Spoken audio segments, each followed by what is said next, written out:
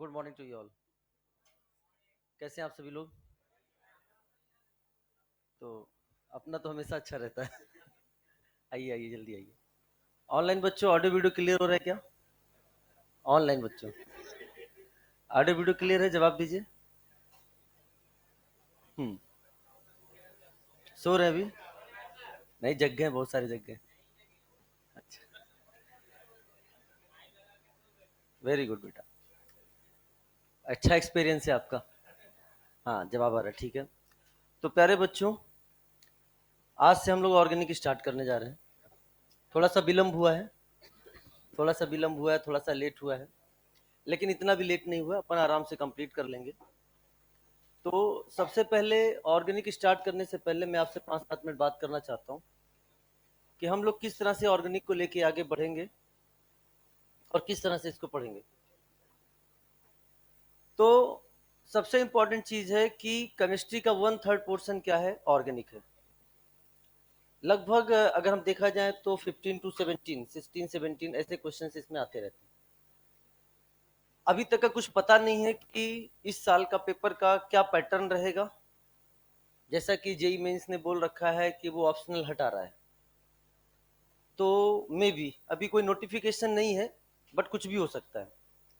दूसरी बात अगर हम बात करें तो ऑर्गेनिक केमिस्ट्री एक ऐसा पोर्शन होता है जिसमें अगर 15 to 16 17 जो भी क्वेश्चंस आ रहे हैं, इनको आप with in the time limit complete कर सकते हो। With in the time limit, even that और भी कम समय में। मतलब आपको 15 क्वेश्चन करने में मेरा ये टारगेट रहेगा। ऑर्गेनिक केमिस्ट्री कंप्लीट करने के बाद जब हम पूरा कंप्लीट कर लेंगे, हमारा ये टारगेट रहेगा कि हमारा बच्चा जितने क्वेश्चंस हैं उससे कम मिनट में क्वेश्चन को सॉल्व कर ले। मतलब अगर 15 क्वेश्चन आए हैं तो 15 मिनट से कम समय में क्वेश्चन सॉल्व होना चाहिए, और सारे सॉल्व होना चाहिए, स्पीड एंड एक्यूरेसी के साथ सॉल्व होना चाहिए। लेकिन अब इंपॉर्टेंट चीज क्या है, आप में से मैक्सिमम बच्चे जो हैं वो रिपीटर ही हैं, ये हम जानते हैं। लेकिन फिर भी कहीं ना कहीं कुछ गलतियां हुई हैं लोगों से, जो आप यहाँ पे बैठे हो, और वो गलती आपकी भी नहीं है, इन्वायरमेंट की भी गलती है। इस बार कुछ पेपर के ऐसा कुछ हुआ जिसमें से आपसे कई सारे ऐसे स्टूडेंट हैं जिनका लास्ट ईयर उसी नंबर पर एमबीबीएस मिल गया और इस साल वो नहीं पाए हैं। तो इस साल का कंपटीशन भी थोड़ा क्या है, टफ है, क्योंकि आप जैसे बहुत सारे बच्चे ऑल ओवर इंडिया क्या है वो प्रिपरेशन कर रहे हैं। Number one. नंबर दो, बात करें कि अभी बहुत बातें हो गई, पेपर का लेवल को लेके बहुत सारी बातें हुई हैं, तो कुछ भी नहीं कह सकते इस साल का पेपर कैसा होगा। हो सकता है कि इस बार का पेपर थोड़े अच्छे लेवल का आ जाए। तो हमें जो अपनी प्रिपरेशन तैयार करनी है, अपनी करनी है प्रिपरेशन, उसमें यह ध्यान रखना है कि पेपर इजी हो तो भी ऑर्गेनिक ऑल करेक्ट हो, और पेपर टफ हो तो भी ऑर्गेनिक ऑल करेक्ट हो। लेकिन पहले दिन बैठ के एड्रेनलिन का लेवल बढ़ा लेने से किसी सब्जेक्ट को या सिलेक्शन नहीं हो जाता। हमें उसके लिए शुरू से लेके अंत तक जुड़ना होता है। और मैंने हमेशा बच्चों को देखा है, बहुत सारे बच्चों को देखा है कि जब आपने फेज का स्टार्ट किया होगा, जब आपने एडमिशन लिया होगा, बहुत उत्साह था कई बच्चों के अंदर। एडमिशन लेते समय ऐसा लगता है ना कि चलो इस बार हमारे 600 प्लस आए, 500 प्लस आए, या जो भी मार्क्स आए, इस बार तो हम ऐसी मेहनत करने वाले हैं कि 700 को तो हम टच कर देंगे और रैंक लेके आएंगे। लेकिन होता क्या है, 10 सोचते हैं, 2 या 3 ही लास्ट तक रह जाते हैं जो इसको मेंटेन करके रखते हैं। तो सबसे इंपॉर्टेंट चीज क्या है कि ठीक है, हम बोलते हैं हमेशा जब जागो तब सवेरा, ना जागो तो अंधेरा। ठीक है ना? तो जब जागो तब सवेरा, आज से जगे तो आज से ही सवेरा हो गया। हमें क्या करना है कि एग्जाम तक, जिस डेट को एग्जाम है और जो अभी समय बचा है, हमें किसी भी तरह से अपने टाइम को वेस्ट नहीं करना है। बेटा एक बात ध्यान रखना, और हम बीच में बहुत सारी चीजें आपको बताते भी चलेंगे, क्योंकि हम जिस बैच में आते हैं उस बैच में बच्चों के साथ अंदर तक जुड़ जाते हैं, और आप में से कई बच्चों को पता भी है। इवन दैट कई बच्चे जो टेलीग्राम पे, कितने लोग मतलब मुझसे जुड़े हुए हैं, उन्होंने देखा रात को मैं 1-1 बजे तक भी टेलीग्राम पे मैसेजेस करता रहता हूँ। रात को 1-1:30 बजे सो के सुबह क्लास लेने आ गया। तो कहने का मतलब ये है कि लगे हैं तो हम आप लोगों के लिए लगे हैं, और आप में से कुछ ऐसे बच्चे हैं जो मुझे ये हार्ड वर्क करने के लिए प्रेरित करते रहते हैं हर साल। पिछले साल भी कई सारे बच्चे थे, इस साल भी कई सारे बच्चे हैं। अभी जिस बैच में पढ़ा के आ रहा हूँ, मास्टर प्रो 1 से, उसमें भी बहुत सारे बच्चे हैं। तो मेहनत आपको करना है, और एक बात याद रखना, मेहनत नहीं करोगे सिलेक्शन नहीं होगा। 100% बात है, मेहनत नहीं करोगे सिलेक्शन नहीं होगा। सर मेहनत करते हैं फिर भी नंबर कम आते हैं, इन सब की चर्चा हम लोग बाद में करेंगे। लेकिन सबसे इंपॉर्टेंट चीज है आपको हार्डवर्क करते रहना है, कंटिन्यूअस हार्डवर्क करते रहना है।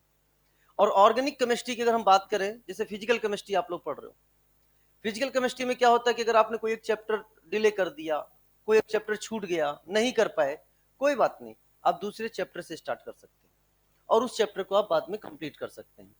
लेकिन ऑर्गेनिक केमिस्ट्री और इनऑर्गेनिक केमिस्ट्री में तो ऐसा नहीं होता। इनऑर्गेनिक तो आप लोगों ने पढ़ ली है पूरी, ऑर्गेनिक और इनऑर्गेनिक में ऐसा नहीं होता। हम आज जो पढ़ाएंगे वो अंत तक, लास्ट लेक्चर तक हमारे साथ चलेगा। अगर कोई भी एक लेक्चर आपने मिस कर दिया, एक लेक्चर भी मिस कर दिया, तो कहीं ना कहीं आप एक कंसेप्ट से दूर हो गए। तो सबसे इंपॉर्टेंट चीज ये है, देखिए मैं आज इसलिए बता रहा हूं क्योंकि आप ही में से कुछ बच्चे हमारे पास बाद में आने वाले, सर मेरा बीच में लेक्चर छूट गया तो मुझे यहाँ पे समझ में नहीं आ रहा। तो मैं आज ही बता रहा हूं, ये आपकी खुद की रिस्पॉन्सिबिलिटी, आप डॉक्टर बनने जा रहे हो, और जो डॉक्टर बनने जा रहा है उसको सिखाने की जरूरत नहीं होती है, उसे खुद सेल्फ डिसिप्लिन लेके आगे बढ़ना होता है।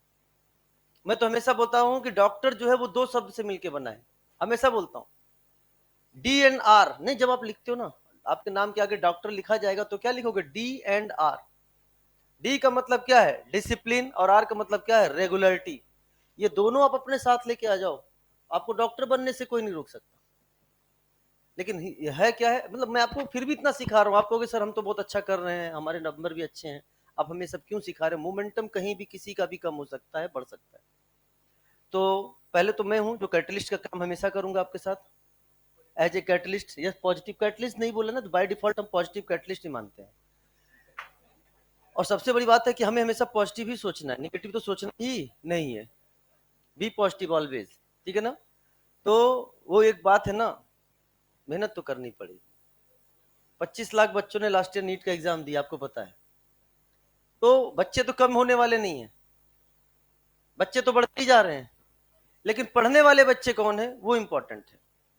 वो बोलते हैं ना, कोई तो पढ़ रहा होगा, अपने लक्ष्य की ओर बढ़ रहा होगा। आप नहीं पढ़ रहे हो तो कोई पढ़ रहा होगा। दौड़ है, ये दौड़ है, 24 आवर्स की दौड़ है, 24x7 की दौड़ है, और जितने समय बचे इंटू 24 आवर्स की दौड़ है। तो आपके सोने में, आपके जगने में, आपके पढ़ने में, आपके खाने में, सब में डिसिप्लिन होना चाहिए। ये नहीं गर्दन तक खा लिया और फिर सो रहे हैं आराम से, ठीक है ना। तो हर चीज में सोना भी जरूरी है, लेकिन सबका क्या है, प्रॉपर अमाउंट में, ठीक है बेटा। तो स्टार्ट करते हैं। अब दूसरी बात है कि सर आप ऑर्गेनिक को लेके कैसे आगे बढ़ने वाले हो। तो कैसे आगे बढ़ने वाले हो इसको तो एक्सप्लेन करने से पहले मैं लास्ट लाइन बता रहा हूं, हम जैसे भी आगे बढ़ने वाले हैं ऑर्गेनिक ऑल करेक्ट कराने वाले हैं, ठीक है ना। वो मैं हूं इस ट्रेन का, जैसे ना ऑर्गेनिक केमिस्ट्री क्या है ना, एक ट्रेन है ना, ट्रेन। तो ये ट्रेन की तरह है, और हर चैप्टर इसके ट्रेन के डब्बे हैं। अगर बीच में से कुछ भी छोड़ दिया आपने, वहीं से ट्रेन क्या हो जाएगी, वो डब्बे उससे क्या हो जाएंगे, डिटैच हो जाएंगे, अलग हो जाएंगे। तो from first lecture till last lecture आपको हमारे साथ चलना है, नंबर 1। नंबर 2, सिलेक्शन के लिए एक क्वेश्चन नहीं, एक नंबर क्या, ये आपने देखा है कि सेम नंबर पे एमबीबीएस मिलता है और सेम नंबर पर नहीं भी मिलता है। तो हमें इसको भी ध्यान रखना है कि हमें तो एक एक नंबर के लिए लड़ना है। इसीलिए अपने अंदर से अगर किसी के मन में ऐसा भाव है कि मुझे ऑर्गेनिक पहले से आ रही है, अच्छी बात है, आ रही है, अच्छी बात है, लेकिन अपने अंदर का ये अहम अभी निकाल के बाहर रख देना।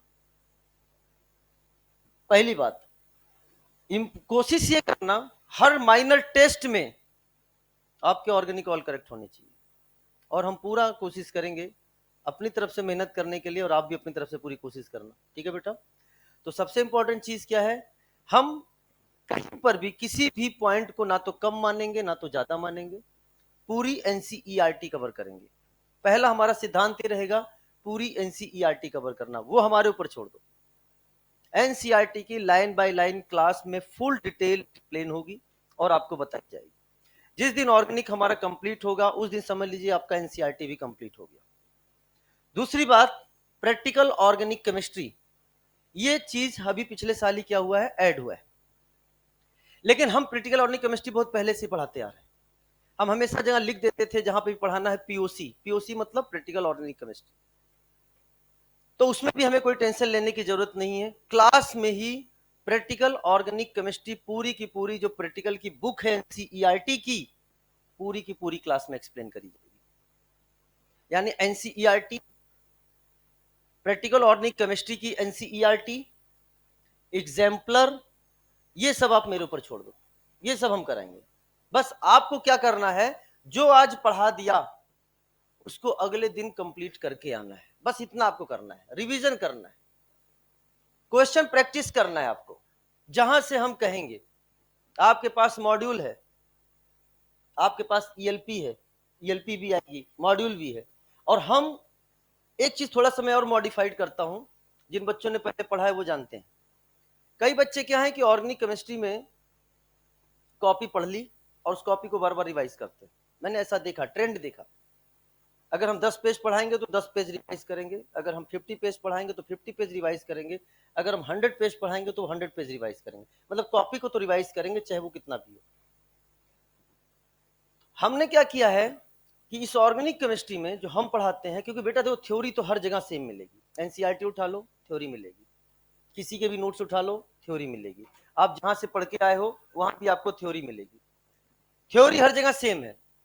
फर्क क्या होगा, वॉल्यूम कहां चेंज होता है, नंबर ऑफ क्वेश्चंस। मान लो मैंने कोई टॉपिक पढ़ाया तो उसमें 3 तरह से हो सकते हैं।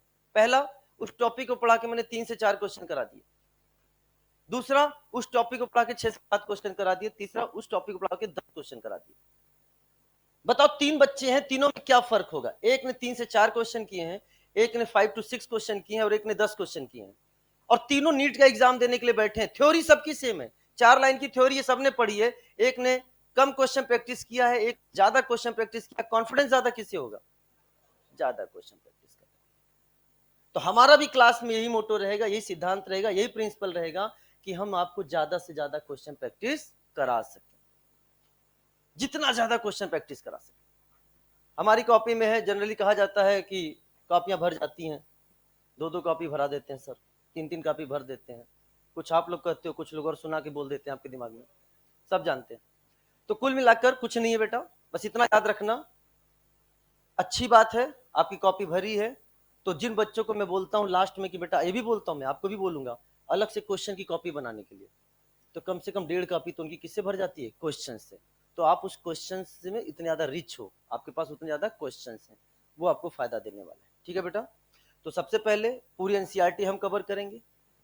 कैसे एनसीईआरटी पढ़ाएंगे, कैसे एक्सप्लेन करेंगे, आपको समय समय पे खुद पता चल जाएगा। इवन दैट हम आपको रियलाइज भी कराएंगे समय समय पर कि आप में से मैक्सिमम बच्चे एनसीईआरटी पढ़कर आ चुके हो, पढ़ते रहे हो, रंग दिया है एनसीईआरटी, लेकिन अभी भी एनसीईआरटी के कुछ ऐसे पॉइंट्स हैं जिसपे क्वेश्चंस अगर आ जाए तो अभी भी आपसे गलतियां हो सकती। और हमारा पूरा का पूरा पेपर, पूरा का पूरा सिलेबस एनसीईआरटी ओरिएंटेड रहेगा, एनसीईआरटी फोकस्ड रहेगा। नंबर 2, हम आपसे कोई भी इंफॉर्मेशन देंगे, आप तक पहुंचाएंगे, तो उसका जरिया रहेगा टेलीग्राम चैनल, जो कि सबसे आसान है। कुछ दिन के बाद हम आप सबका नंबर अपने मोबाइल में भी सेव करेंगे, ताकि आपका एक ब्रॉडकास्ट ग्रुप बनाया जा सके, और आपको पर्सनली कोई मैसेज भेजना हो तो हम वहां तक भेज सके, बट उसमें थोड़ा सा समय लगेगा।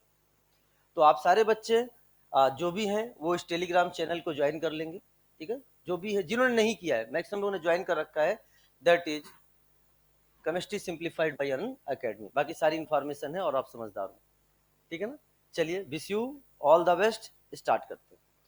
तो एकदम बेसिक से, अच्छा एक चीज मैं और बताता हूं, जैसे मैं भी आपको पढ़ाना शुरू कर, तो मैं यहां पर आईयूपीएससी में कॉमन नेम पर भी डिस्कस करता हूं, कॉमन नेम पर भी डिस्कस करता हूं। हो सकता है आप लोगों के कुछ मन में आ जाए, सर कॉमन नेम यहां डिस्कस कर रहे हैं, या हमने जहां पढ़ा है वहां कॉमन नेम डिस्कस यहां नहीं करा गया था। तो बेटा सबका अपना पढ़ाने का अलग अलग तरीका होता है। जब आप रिएक्शन मैकेनिज्म में जाएंगे ना, रिएक्शन मैकेनिज्म में जब आप चैप्टर वाइज आगे पढ़ेंगे, रिएक्शन मैकेनिज्म पढ़ेंगे, वहां पर, या इवन दैट आपने एनसीईआरटी पढ़ी होगी, तो हर एनसीईआरटी का पहला मतलब शुरू में देखें, स्टार्टिंग देखें, तो उसने एक टेबल बना रखी है। उस टेबल में उसने स्ट्रक्चर बनाया है, कॉमन नेम बनाया है, और क्या बना रखा है, उसका आईयूपीएसी नेम दे रखा है।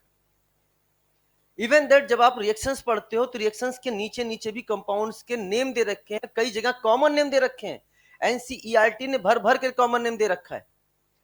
हम जब आईपीएससी चैप्टर कंप्लीट कर लेंगे, उस आईपीएससी चैप्टर कंप्लीट करने के बाद आपकी पूरी एनसीईआरटी 11th, पूरी एनसीईआरटी 12th के जितने भी कॉमन नेम है, जितने भी आईयूपीएससी नेम है, हम उसको यही पढ़ लेंगे। उससे फायदा क्या होगा कि जब हम चैप्टर पढ़ेंगे और हम वहां कोई भी नाम लेंगे, हम बोलेंगे बेंजाइलिडीन, हम वहां पे बताएंगे बेंजाइलिडीन डाई एसीटेट, हम बेंजल बोलेंगे, benzal chloride, benzo chloride, benzoic acid, etcetera etcetera, वो सब आपके लिए फेमिलियर होगा, कुछ भी आपके लिए नया नहीं होगा। What is the isobutyraldehyde, what is the valeric acid, ये सारे नाम जो दे रखे हैं वो आपके लिए फेमिलियर होगा। तो जब हम आईपीएससी कंप्लीट कर लेंगे, उसी दौरान क्लास 11 क्लास 12 एनसीईआरटी के पूरी ऑर्गेनिक केमिस्ट्री के नेमिंग हम यही कंप्लीट करने वाले हैं, जिससे जब आप चैप्टर पढ़ोगे तो आपको वहां क्या होगा, फायदा होगा। क्या सही है बेटा? तो आर यू तैयार फॉर? पक्का? अभी सो रहे हो क्या? Good morning to you all. चलो बेटा स्टार्ट करते हैं। आइए बेटा, तो हमारा चैप्टर है that is classification and nomenclature of organic compound. Classification of organic compound, ठीक है, एकदम बेसिक से। तो बेटा हेडिंग डालें, classification and nomenclature of organic compound. Online बच्चों सब कुछ क्लियर है? जवाब दीजिए।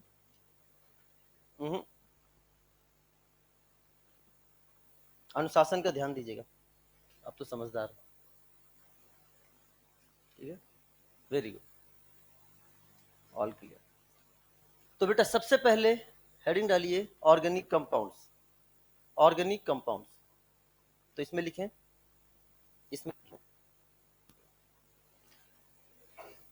Organic compounds. कभी कभी क्या होता है, वो शब्दों में खेल जाता है, कुछ ऐसे छोटे छोटे बात बोल जाता है जो आप समझ नहीं पाते हो, अगले 2 से 3 लेक्चर में आपको क्लियर हो जाएगा। तो इसमें लिखिए बेटा hydrocarbon, hydrocarbon and its derivative, hydrocarbon and its derivative, hydrocarbon and its derivative are called organic compound. Hydrocarbon and its derivative are called organic compound. तो देखो बेटा ध्यान से, ऑर्गेनिक कंपाउंड की अगर हम बात करते हैं तो हमने इसको बताया कि हाइड्रोकार्बन एंड इट्स डेरिवेटिव का मतलब हो गया हाइड्रोकार्बन डेरिवेटिव। हाइड्रोकार्बन और उसके डेरिवेटिव को हम लोग क्या बोलते हैं, ऑर्गेनिक कंपाउंड। जैसे फॉर एग्जांपल हमने आपके सामने एग्जांपल लिया CH4, ध्यान सुनिए बेटा, CH4, इस कंपाउंड का नाम क्या है बेटा, इसे बोलते हैं मीथेन, ये है मीथेन। इस CH4 से हमने क्या किया, एक हाइड्रोजन को हटा दिया, तो बनने वाली स्पीसीज का नाम क्या होगा बेटा, इसे बोलेंगे methyl. This is called as methyl, ये हो गया मिथाइल। और इसमें अगर कोई एटम या ग्रुप ऑफ एटम इसमें हम अटैच कर दें, ये कुछ भी बन जाएगा। जैसे फॉर एग्जांपल अगर हम एटम की बात करते हैं, आपके सामने मैंने यहां ले लिया Cl डाल दिया, तो आपके सामने बन गया CH3Cl। क्या बोलोगे बेटा, this is called as methyl chloride, इसे बोलेंगे मिथाइल क्लोराइड, मिथाइल क्लोराइड। अब हम आपसे पूछें कि ये क्या है, कार्बन, अच्छा हाइड्रोकार्बन किसे बोलेंगे, जो केवल कार्बन हाइड्रोजन, बहुत बेसिक से स्टार्ट कर रहा हूं और आपको पता चलेगा इसका रीजन क्या है, अभी आपको 1-2 लेक्चर में पता चलेगा सारी चीजें। कार्बन और हाइड्रोजन से मिलकर बना, उसे क्या बोलोगे, हाइड्रोकार्बन। तो ये जो CH4 है, दिस इज कॉल्ड एज, इसे हमने नाम दे दिया हाइड्रोकार्बन, ये हाइड्रोकार्बन। जब हम इससे एक H निकाल देते हैं तो उससे बनता है रेडिकल, क्या बोलता है, रेडिकल, और इसका नाम हो गया, this is called as hydrocarbon radical. अगर कार्बन और हाइड्रोजन के अलावा कोई दूसरा एटम आ जाए, हेलोजन आ जाए, सल्फर आ जाए, नाइट्रोजन आ जाए, एटसेट्रा, तो वो हो जाता है derivative. This is called as hydrocarbon derivative. तो ऑर्गेनिक कंपाउंड क्या होता है, हाइड्रोकार्बन और हाइड्रोकार्बन डेरिवेटिव दोनों को ही कलेक्टिव रूप से क्या बोलते हैं, ऑर्गेनिक कंपाउंड। तो hydrocarbon and its derivative are called organic compound. जैसे फॉर एग्जांपल मैं अगर सिंपल वे में लिखना चाहूं तो आर किसको रिप्रेजेंट करता है? Alkyl group. मिथाइल हो सकता है, इथाइल हो सकता है। तो this is called as hydrocarbon. यहां से हमने एक H निकाल दिया, then there is a formation of, बोलो इसे क्या बोलोगे? Hydrocarbon radical. और इसमें कोई एटम या ग्रुप ऑफ एटम हमने ऐड कर दिया, called as hydrocarbon derivative. Question क्या पूछ रहा है आपसे? फॉर एग्जाम्पल मैं अगर आपसे कहूं, मेरे क्वेश्चन का जवाब देना, कि आपको बताना है इसमें कौन सा हाइड्रोकार्बन है, कौन सा हाइड्रोकार्बन डेरिवेटिव है, कौन सा ऑर्गेनिक कंपाउंड है। बताओ बेटा, CH4 क्या होगा? जवाब दो बेटा। This is the hydrocarbon. CH3Cl क्या होगा? This is hydrocarbon derivative. मेरी बात समझ में आया? लेकिन बताओ इसमें ऑर्गेनिक कंपाउंड कौन है? दोनों, दोनों। ये हो गया ऑर्गेनिक कंपाउंड। अब क्वेश्चन आपसे एग्जाम में पूछ रहा है हाइड्रोकार्बन के बारे में, आप जवाब दे रहे हो हाइड्रोकार्बन डेरिवेटिव के जवाब में। तो यानी क्वेश्चन तीन तरीके से हो गया। ऑप्शन आपके सामने दो हैं, ए है और बी है। ये हो गया ए और ये है बी। हाइड्रोकार्बन बोलेगा तो ए, हाइड्रोकार्बन डेरिवेटिव बोलेगा तो बी, और हाइड्रो ऑर्गेनिक कंपाउंड बोलेगा तो आंसर क्या हो जाएगा? A and B. क्वेश्चन कैसे पूछ रहा है उस पर आपको ध्यान देना है। समझ में आया बेटा? जैसे बेंजीन क्या है? एक हाइड्रोकार्बन, ऑर्गेनिक कंपाउंड। तो बेंजीन क्या है? हाइड्रोकार्बन। और फिनॉल क्या है? Hydrocarbon derivative. ऑर्गेनिक कंपाउंड क्या है? दोनों। तो क्वेश्चन की लैंग्वेज में आपकी जाकर बात करना है। कभी वो कुछ भी लिखकर आपसे क्वेश्चन पूछ सकता है। वो पूछता है हाइड्रोकार्बन और बच्चा फिनॉल चेक करके आ जाता है, फिनॉल टिक करके आ जाता है। समझ में आया बेटा? तो ये कुछ छोटी छोटी चीजें हैं जो आपको पता होनी चाहिए। ठीक है, लिख लिया होगा आपने? अच्छा, लिखने वाला काम ये सब साथ साथ कर लिया करो, बच्चों वाला काम मत किया करो। थोड़ा स्पीड बढ़ाना। अगर क्वेश्चन ज्यादा करना है तो स्पीड आपका ज्यादा होना चाहिए। मत समझना कि मैं एक पेज लिखूंगा उसके बाद मैं बैठ जाऊंगा फिर आपसे कहूंगा बच्चों लिख लो। हाँ हाँ हाँ, तो ये ध्यान रखना, थोड़ा स्पीड बढ़ाओ। और स्पीड हम बढ़ा देंगे, चिंता मत करो। स्पीड बढ़नी भी चाहिए भाई। सामने पेशेंट पड़ा हुआ है, उसके पास मात्र 1 मिनट है, और आप कहोगे रुक जाओ थोड़ा राइटिंग बना के लिख लूं, तो एक था पेशेंट हो जाएगा। हाँ हाँ, ये नहीं करना है, ठीक है? समझदार हो, डॉक्टर बनने जा रहे हो, अभी से स्पीड बढ़ा लो। एक एक सेकंड आपके लिए भी इंपॉर्टेंट है, ठीक है बेटा? अच्छा, कितने स्टूडेंट है इसमें जो 500 प्लस हैं? नीट में 500 प्लस वाले हाथ उठाएं। 500 प्लस में 600 प्लस भी आ जाता है। अच्छा, कितने हैं जो 600 प्लस हैं? 600 प्लस। और कितने स्टूडेंट हैं जो 500 से कम है? मैं पूछूंगा नहीं कितने हैं भाई, मुझे सब कुछ क्लास को उसी तरह से ड्राइव भी करना है ना मुझे। कोई टेंशन वाली बात नहीं, देख लेना सब एक बराबर हो जाओगे, बस मेहनत करना। आगे बढ़े, चलिए ये सब चीज। हाँ, अगला देखिए छोटा सा है, वाइटल फोर्स थ्योरी। हेडिंग डालें, yes vital force theory. Theory सारी एनसीईआरटी में लिखी हुई है, हम केवल बस खाली आपको की पॉइंट से आगे बताते रहेंगे। एनसीईआरटी का एक भी लाइन जो है वो मिस नहीं होना चाहिए क्लास में। तो वाइटल फोर्स थ्योरी जो किसने दिया था? वर्जिलियस ने। लगभग बात है 1780 की, 1780 के आसपास की बात है। तो उस समय यह बोला गया था कि जो ऑर्गेनिक कंपाउंड है वो लिविंग ऑर्गेनिज्म से आते हैं। कहां से आते हैं बेटा? वो लिविंग ऑर्गेनिज्म से आते हैं। सिंपल से उन्होंने बोला कि ऑर्गेनिक कंपाउंड है इस थ्योरी के हिसाब से कि living organism.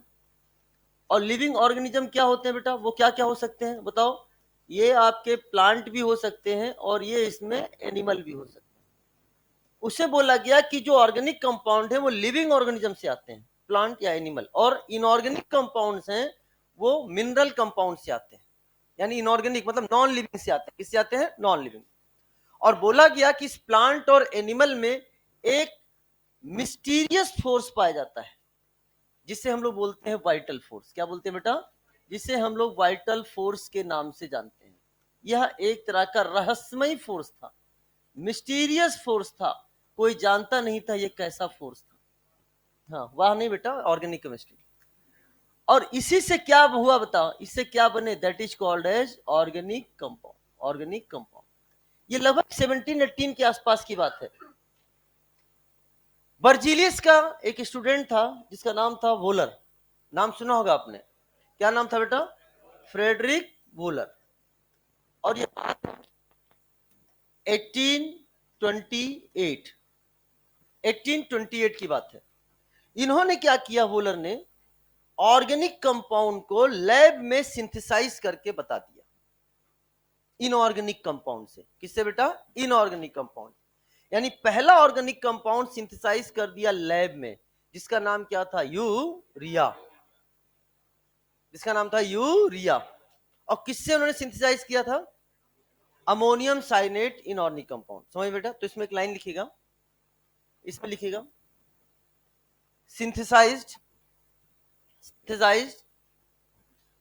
First organic compound in lab, synthesized first organic compound in lab that is urea. नाम क्या था उसका, यूरिया, ब्रैकेट में, हाँ, that is urea, from inorganic compound ammonium cyanate, ammonium साइनेट।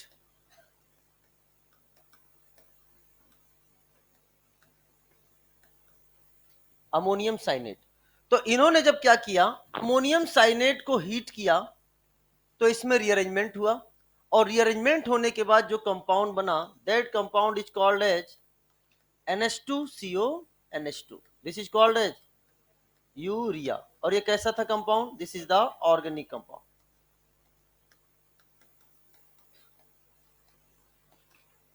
This is the organic compound. और ये आपका कैसा है, this is the inorganic compound.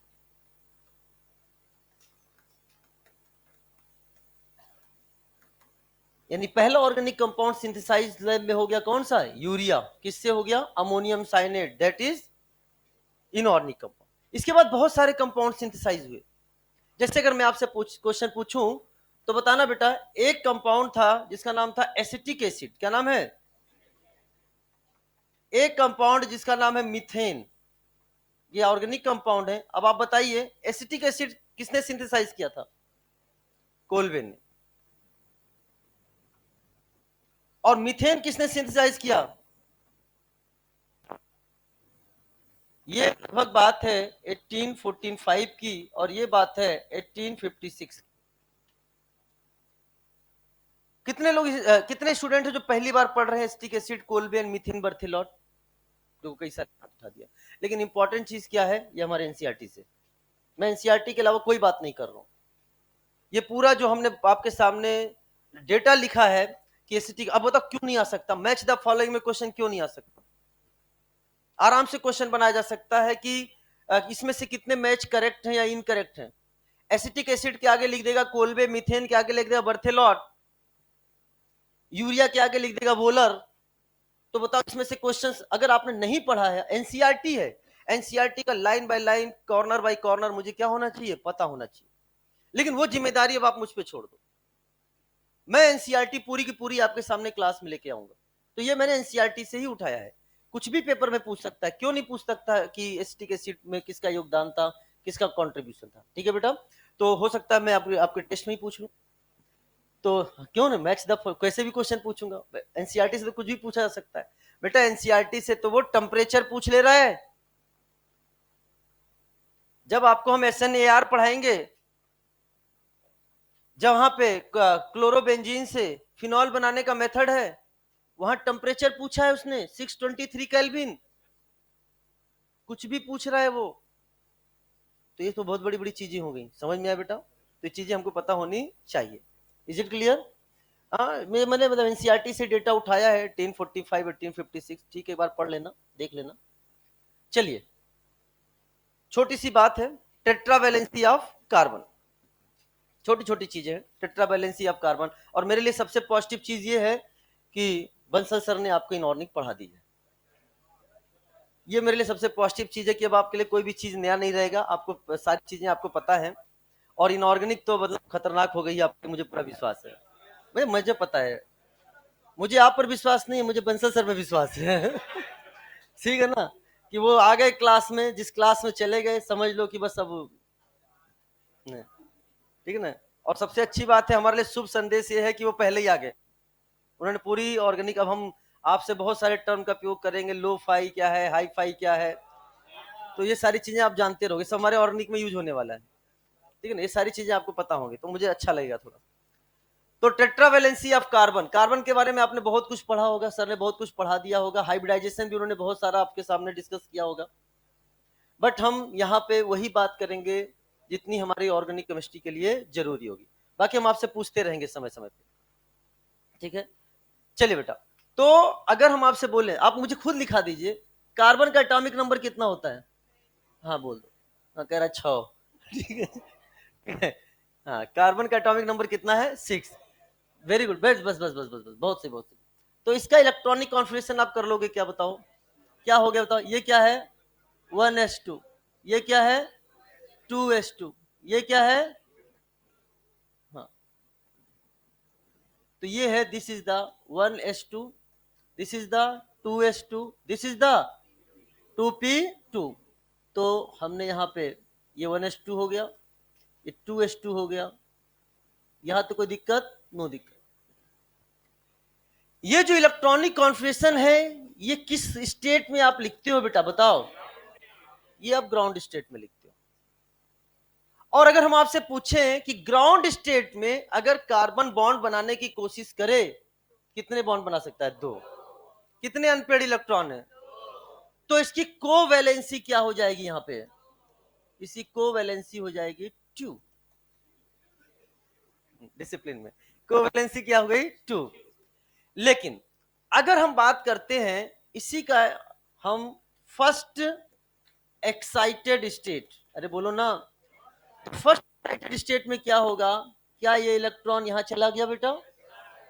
तो यस,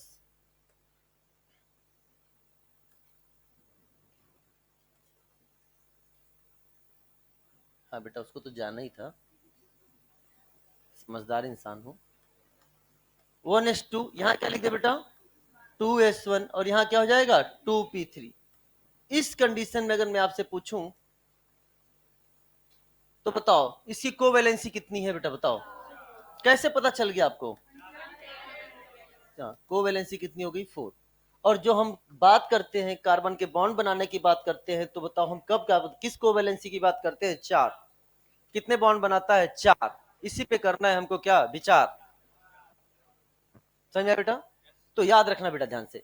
तो अब ये जो बॉन्ड बनाता है किस तरह से बनाता है, किस मैनर में बनाता है, सिग्मा बॉन्ड कितने होते हैं, किस कंडीशन में पाई बॉन्ड आते हैं, वो सब की चर्चा होगी, और वो सब चर्चा आप कर चुके हो, आपने पूरा पढ़ रखा है, sp3 क्या है, sp2 क्या है, sp हाइब्रिडाइज सब पढ़ रखा है, पर थोड़ी सी हम यहाँ पे बात करेंगे। तो ये है टेट्रावैलेंसी ऑफ कार्बन।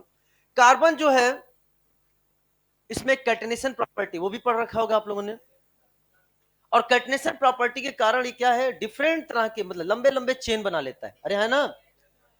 साथ में क्या है, इसकी अपने टेट्रावैलेंसी है, तो ये 4 बॉन्ड बनाता है, और ये डिफरेंट तरह के ऑर्गेनिक कंपाउंड्स, बहुत प्रकार के ऑर्गेनिक कंपाउंड्स बनाने में इन्वॉल्व होता है, तो ये टेट्रावैलेंसी है। अब ये जो बॉन्ड बना रहा है आपके सामने, ध्यान समझना, दैट इज, हम इसमें एक रिप्रेजेंटेशन आपके सामने लेके आ रहे हैं जिसका नाम है वेज एंड डैश रिप्रेजेंटेशन। वैसे जब हम आइसोमर पढ़ेंगे तो हम डिफरेंट तरह के रिप्रेजेंटेशन पढ़ेंगे। फॉर एग्जाम्पल एक रिप्रेजेंटेशन हो गया वेज डैश रिप्रेजेंटेशन, एक रिप्रेजेंटेशन जो हम लोग पढ़ेंगे दैट इज फिशर रिप्रेजेंटेशन, हम लोग पढ़ेंगे न्यूमैन रिप्रेजेंटेशन, हम लोग पढ़ेंगे सॉहॉर्स रिप्रेजेंटेशन, और ये सब हमारे सिलेबस में है। इन बहुत सिंपल में अगर हम आपसे बात करें तो चूंकि आपको पता है कार्बन कितने बॉन्ड बना रहा है? 4। हाइब्रिडाइजेशन की बात हम थोड़ी देर में करेंगे, लेकिन इतना तो आपको पता है कि अगर कार्बन यहां 4 बॉन्ड बना रहा है, इस कार्बन का हाइब्रिडाइजेशन क्या है बताओ बेटा? sp3 hybridise. कार्बन जब 4 सिग्मा बॉन्ड के साथ जुड़ा हुआ है तो उसका हाइब्रिडाइजेशन क्या होगा? sp3। तो इसका हाइब्रिडाइजेशन आपने बता दिया, ये आपका sp3 हाइब्रिडाइज्ड है। तो बॉन्ड एंगल बता सकते हो कितना होगा यहाँ पे? कितना है?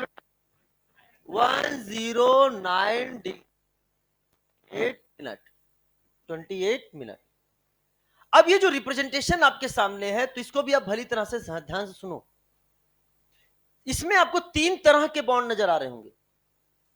2 बॉन्ड ऐसे हैं जो लाइन के थ्रू बनाए गए हैं, एक बॉन्ड डैश टाइप से बनाया गया है, और एक बेज, इसे क्या बोलते हैं? बेज। तो आप बताओ, जो लाइन की तरह से बनाए गए हैं, इन्हों हम क्या मानते हैं? ये बॉन्ड कहां है? In the plane of paper, अगर आपकी कॉपी है, और in the plane of board, अगर हमारा बोर्ड है। तो हम आपकी कॉपी के रिस्पेक्ट में बात करेंगे, तो हम यहां लिख दे रहे हैं, ये रिप्रेजेंट करता है बॉन्ड किसमें? In the plane of paper, in the plane of paper, in the plane of paper को रिप्रेजेंट करता है। ये लाइन जो आपके सामने है, इसे क्या बोलते हैं बेटा? Dash, dash. और ये क्या है? वेज। डैश किसको रिप्रेजेंट करेगा बताओ बेटा? दिस इज द, क्या है बेटा? This line is called as dash. क्या बोलेंगे? अवे फ्रॉम, बोलो बेटा। Away from observer, away from observer. Observer कौन है? आप लोग हैं। Away from observer. या फिर अगर इस प्लेन के रिस्पेक्ट में बात करें, तो अबव द प्लेन या बिलो द प्लेन? तो हमने ये रिप्रेजेंट करेगा, this is the below the plane, this is the below the plane. तो बताइए ये क्या है? This is called wedge. और बेज क्या होगा बेटा बताओ? Towards observer, towards observer, towards observer. या बोल सकते हैं क्या? बोलो बेटा। This is the above the plane, above the plane. अच्छा, बहुत ध्यान से समझना एक चीज, आपने शायद कई बच्चों ने पहले ध्यान नहीं दिया है, जो आज पहली बार ध्यान देंगे। ध्यान समझना। अगर मैं आपसे पूछूं, तो इस डैश और इस बेज को बड़े ध्यान से देखो, डैश और बेज को बड़े ध्यान से देखो। कई लोगों ने अपनी कॉपी पे बनाया भी है, मैं देख भी रहा हूं। लेकिन यहां ध्यान से देखना कि जब हम डैश बना रहे हैं और जब बेज बना रहे हैं, तो जो ब्रॉडर हिस्सा है बेज का, ब्रॉड वाला हिस्सा है बेज का, ये किसकी तरफ है? ऑब्जर्वर की तरफ। किधर है? ऑब्जर्वर की तरफ। ध्यान समझना, ये जो हिस्सा है, ये दिस इज कॉल्ड ब्रॉडर हिस्सा, ये किसकी तरफ होगा? आपकी तरफ। ब्रॉडर हिस्सा हमेशा ऑब्जर्वर की तरफ होगा, हमेशा ऑब्जर्वर की तरफ होगा, चाहे वो बेज हो, चाहे वो डैश हो। देखो ध्यान से, ये जो है नैरो वाला हिस्सा, देखिए ये ऑब्जर्वर की तरफ है कि ऑब्जर्वर से दूर है? अगर ये क्या है? पास है। अगर ये दूर है तो ये क्या है? पास है। ये किधर है? ऑब्जर्वर के पास। ये क्या है? दूर। तो दूर वाले हिस्से को हमेशा उसने क्या बनाया है? नैरो। जब आप बेस डैश बनाते हो तो आप कैसे बना देते हो? दोनों ही इसी तरह से बना देते हो। इधर ये बनाया भी होगा कई लोगों ने अपनी कॉपी देख के, मुझे पूरा विश्वास है बनाया भी होगा।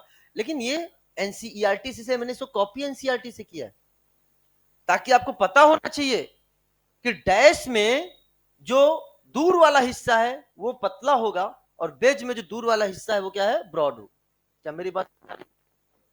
फॉर एग्जाम्पल, अब आप लोग ध्यान से देखना, ये हमारे सामने है, मैंने इसको अलग अलग कलर दे दिया है, आप इसको हाइड्रोजन मानिएगा, इसलिए कलर दे दिया ताकि चीजें आपको समझाने में आसानी हो। ये जो हिस्सा आपके सामने जो हमारे हाथ में दिख रहा है, इन द प्लेन, ये जो ये कौन सा कलर? White and yellow. ये इन द प्लेन है, जो कि किसको रिप्रेजेंट कर रहा है? इस वाले लाइन को। समझ आया बेटा?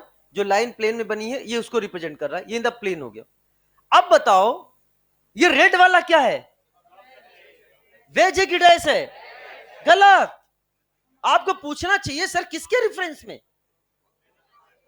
मैंने क्या बोला? ना ना ना, ध्यान सुनना। आपको पूछना चाहिए सर किसके रेफरेंस में। मैं तो आपसे ये पूछने वाला था कि बताओ ये मुझे कैसा दिख रहा है? आप तो बेच बोल रहे थे। कैसे पता? रेफरेंस किसने तय कर लिया? सर रेफरेंस तय करना पड़ेगा। ये अब मैं पूछूं, रेड वाला आपको कैसा दिख रहा है? बट मुझे कैसा दिख रहा है? ग्रीन वाला आपको कैसा दिख रहा है, बट मुझे कैसा दिख रहा है? फ्रेम ऑफ रेफरेंस की बात है। क्या मेरी बात समझ में आ रहा है कि नहीं आ रहा बेटा? तो ये जो रिप्रेजेंटेशन कहेगा, this is called veg dash representation. हम आगे फ्यूचर में इसी से बहुत तरह के रिप्रेजेंटेशन आपको सिखाएंगे, जो कि बहुत ही आसान है। समझ में आया बेटा? तो ये क्या हो गया प्लेन में, ये क्या होगा वेज, और ये क्या हो जाएगा डैश। Is it clear? चलो साहब, मेरा अगला क्वेश्चन आपके लिए, इसमें 100 दो, जिसने पढ़ रखा है, जिसकी कॉपी में लिखा है, वो जवाब नहीं देंगे, ठीक है? मुझे पता है कई लोगों ने पढ़ भी रखा है, कई लोगों की कॉपी भी खुली हुई है, ठीक है ना? तो वो जवाब नहीं देंगे, वो बस अपने मन में सोचेंगे, बाकी और लोगों को जवाब देने देंगे। अब प्रश्न ये है कि ये 109 डिग्री 28 मिनट का बॉन्ड एंगल है।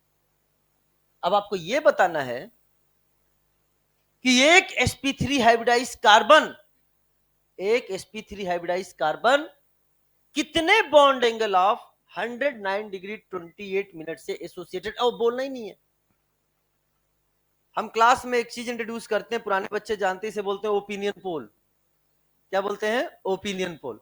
तो ओपिनियन पोल में आपको मेरे ऑप्शन पे केवल अपनी सहमति में हाथ उठा के जवाब देना है, अपनी सहमति में, जब मैं ऑप्शन बोलूंगा तब, कौन किसके साथ। तो आपको बताना है number of bond angle of 109 degree 28 minute associated with one hybridized sp3 hybridized carbon. तो कितने लोग का आंसर है? 4, 4, 5, 6। सर कांट इमेजिन, ये ऑनेस्ट लोग होंगे जो कहेंगे सर नहीं पता है, या हम नहीं बता सकते, या हम इमेजिन नहीं कर सकते। अब था बेटा, ईमानदार है आप, ऐसे लोग सबसे ज्यादा ईमानदार होते हैं। समझ में बेटा? तो कितने बॉन्ड एंगल? 4 ही तो दिख रहे हैं, 1 2 3 4, कितने होने चाहिए? 4 नहीं बल्कि 6। देखो बेटा ध्यान सुनना, जिनको पता है अच्छी बात है, जिनको नहीं पता है, देखो मैं कुछ भी नहीं छोड़ने वाला हूं, क्लास में सब कुछ एक्सप्लेन करूंगा, आपको इस लेवल से आपको इस लेवल तक ले जाऊंगा, बस आपको साथ में लगे रहना है। ये ध्यान सुनना, ये आपके सामने है और हमें पता है कि बॉन्ड एंगल कितना है, 109 डिग्री 28 मिनट। अब आइए काउंट करके देख लेते हैं कितने bond angle of 109 degree 28 minute. तो आप के व्हाइट से येलो काउंट करिए, कितना हो गया? 1। व्हाइट से रेड, व्हाइट से ग्रीन, 3 हो गया कि नहीं हो गया? अब और कॉम्बिनेशन देखो, red yellow, yellow green and green red. समझ आया बेटा? तो कुल मिलाकर आप देख सकते हो जितने तरह के आपको कॉम्बिनेशंस नजर आ जाए, उतने बॉन्ड एंगल कितने हैं? 109 डिग्री 28 मिनट के। तो सीधे हमने काउंट कर लिया, दिस इज द 1 2 3 4 5 एंड 6। कितने हो गए बेटा? 6। ठीक है ना? तो इसको बनाएं और एक पॉइंट लिखें इसमें, लिखिए बेटा, number of bond angle of,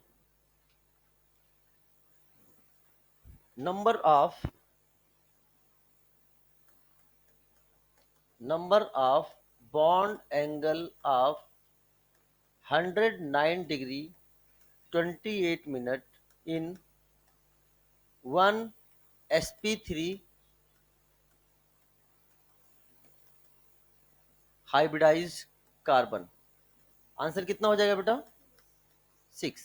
तो अगर मैंने आपसे पूछा कि हमारे सामने एक मॉलिक्यूल है, this molecule is ethane, this molecule is ethane, आपको बताना है इसमें 109 डिग्री 28 मिनट के कितने बॉन्ड एंगल होंगे। इस इथेन मॉलिक्यूल से 109 डिग्री 28 मिनट के कितने बॉन्ड एंगल एसोसिएटेड होंगे। तो आपको सीधे बताना है यहां का हाइब्रिडाइजेशन क्या है बेटा, और ये भी क्या है, और एक sp3 से कितने बेटा, तो दूसरे sp3 से भी, तो टोटल कितने हो गए, इज द आंसर। आंसर कितना हो जाएगा बेटा? 12। समझ में आया बेटा? कोई डाउट? No doubt.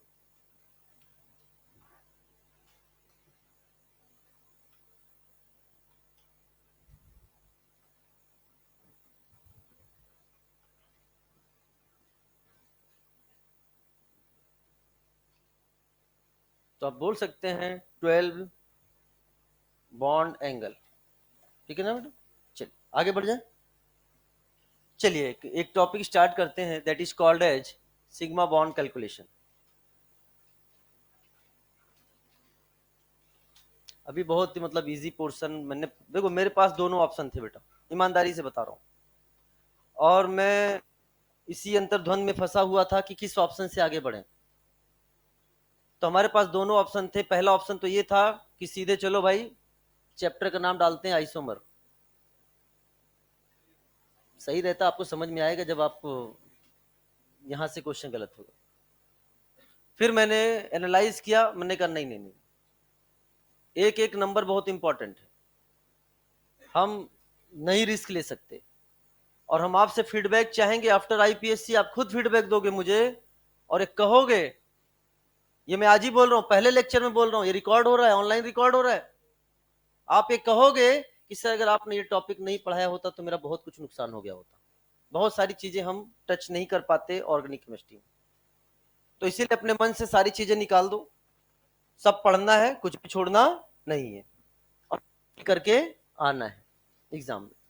तो सिग्मा बॉन्ड कैलकुलेशन की बात कर रहे हैं, तो बेटा ध्यान सुनना। वैसे अगर पहली लाइन अभी आप मत पढ़ो, मैं आपको बताना चाह रहा हूं, दो तरह से क्वेश्चंस हो गए। एग्जाम में आ गया सिग्मा बॉन्ड कैलकुलेट करिए, तो होता क्या है, हम बहुत आसानी से सारे काउंट कर देंगे, मेरे लिए बहुत आसान होगा। लेकिन इसमें बस दिक्कत ये आ जाती है कि जब भी हम इस क्वेश्चन को सॉल्व करेंगे, काउंट करेंगे, तो रिकाउंटिंग जरूर करेंगे।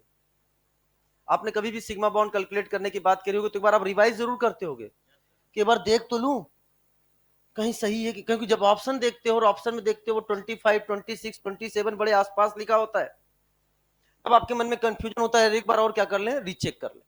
और अपना नीट का एग्जाम है is the game of speed and accuracy. केवल स्पीड से सिलेक्शन नहीं होगा। आपको पूरा पेपर आ रहा है 720 में 720 का, लेकिन आप अटेम्प्ट ही नहीं कर पाए, एक्यूरेसी अच्छी खासी है, स्पीड है ही नहीं, समझ में आया बेटा, तो भी सिलेक्शन नहीं होगा। स्पीड के साथ क्या है, एक्यूरेसी, क्योंकि जब आपके सामने पेशेंट होगा ना, तो जब तक स्पीड और एक्यूरेसी दोनों नहीं होगा काम नहीं बनेगी। पता चले आप बहुत अच्छा, एक्यूरेसी बहुत अच्छा है, स्पीड बहुत स्लो है, पेशेंट के पास 10 मिनट, आपको आधा घंटा चाहिए। समझ में आ रहा है कि नहीं आ रहा है? पता चला स्पीड इतनी खतरनाक है कि 10 मिनट वाला पेशेंट या 5 मिनट में उसको ही निपटा देंगे, एक्यूरेसी नहीं है। तो यही तो नीट चेक करता है। आईआईटी और नीट में डिफरेंस क्या है, बस इसी का डिफरेंस है बेटा, इसी का डिफरेंस है कि नीट के बच्चे के पास क्या है, स्पीड एंड एक्यूरेसी दोनों होनी चाहिए। क्या मेरी बात क्लियर हो रही है? चलिए साहब, अच्छा मेरा नाम मैंने बताया नहीं, नाम तो जानते हो ना, कहोगे आते ही शुरू हो गया अरे नहीं नहीं ठीक है, मैं नहीं, थोड़ा सा मैं भूल गया इंट्रोडक्शन देना, आप मतलब ठीक है। तो नाम मेरा नहीं, वो तो सब जानते हैं, एक बार क्या, मेरा नाम है अजीत चंद्र द्विवेदी अजीत चंद्र द्विवेदी, जहां से ए अजीत से ए ले लो, चंद्र से सी ले लो, और द्विवेदी से डी ले लो, तो नाम हो गया एसीडी, नाम हो गया एसीडी। अरे बता रहे हैं, वहीं पहुंच रहे हैं।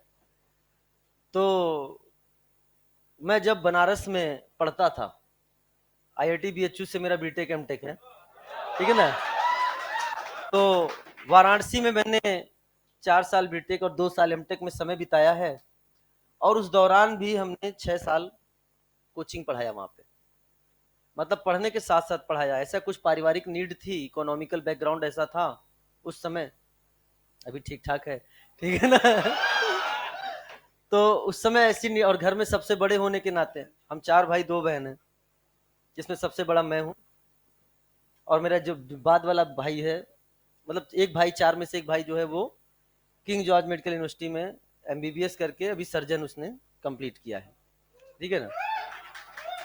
और हम पूरे परिवार में चारों भाइयों ने कोचिंग पढ़ा के पढ़ाई करी है। मतलब स्थिति ये थी कि अगर हम नहीं पढ़ाते ना, तो हम पढ़ नहीं पाते। आप बहुत लकी हो कि आप केवल पढ़ रहे हो, और हमारे साथ ये था कि हम नहीं पढ़ाते तो हम पढ़ नहीं पाते। हमारे बीएचयू की सेमेस्टर की फीस भी मात्र 13,000 रुपए थी पर सेमेस्टर, बट उसके लिए भी मुझे पढ़ाना पड़ता था फीस देने के लिए। तो हमने, चलो वो अलग बात है। तो वहीं पे काशी, काशी मतलब वाराणसी, वहीं से एक बच्चे ने नाम दे दिया एसिड, तब से एसिड आया। एक बार एक हमारे मित्र आगे मिलने अन अकेडमी में, कहने लग गए कि मुझे अजीत द्विवेदी से मिलना है। सीधे अन अकेडमी ने कहा यहाँ कोई अजीत द्विवेदी नाम का ठीक है ना, तब मुझे रियलाइज हुआ कि भाई ये नाम भी बताना चाहिए लोगों को। तो वो फिर उन्होंने कहा कि नहीं अच्छा एसिड सर से तो मिल लो भाई। तो मतलब एसिड सब जानते हैं, आप ही लोगों के द्वारा नाम दिया गया है, तो ये सब credit goes to you all. Student नहीं दिया है नाम, ठीक है ना, नहीं। तो ये आई की कहानी अगर सुननी है लग जुड़ा है तो मेरा यूट्यूब पे एक वीडियो है, उसको देख लेना, या कभी समय मिलेगा तो वो बता देंगे हम कि आई का मतलब क्या है, बहुत समय लंबा, ठीक है ना। तो चलो बेटा, तो ठीक है, तो मैंने अपना छोटा सा इंट्रोडक्शन दे दिया है, और मैं एमटेक करने के बाद से फिर मैं पढ़ा रहा हूँ, पढ़ा तो मैं रहा हूँ क्लास 12 से, ठीक है ना, क्लास 12 से पढ़ा, वो XYZ कहाँ पढ़ा है वो अलग बात है, ठीक है ना। हाँ, तो ध्यान सुनना। तो सिग्मा बॉन्ड कैलकुलेशन की बात करने जा रहे हैं। तो यहाँ पे एक छोटा सा आपके सामने मैंने सेगमेंट पेश किया है। सिग्मा बॉन्ड हम कभी निकालेंगे, जैसे आइसो ऑक्टेन। अच्छा, इस नाम को आपको प्रेशर नहीं लेना है अभी, मैं नाम अभी आइसो ऑक्टेन पे चर्चा करूंगा मैं आगे चल के, लेकिन फिर भी जहां जिस मॉलिक्यूल के नीचे मुझे उसका नाम लगेगा इंपॉर्टेंट है देना है, मैं उसको लिखता हुआ शुरू से चलूंगा। अभी आपको इसको रटना नहीं है, जब मैं कहूंगा कि हाँ मैं खुद समझा दूंगा इसका नाम कैसे हुआ, क्या आइसो है क्या नियो है, उसके बाद इसकी चर्चा करनी है, ठीक है बेटा।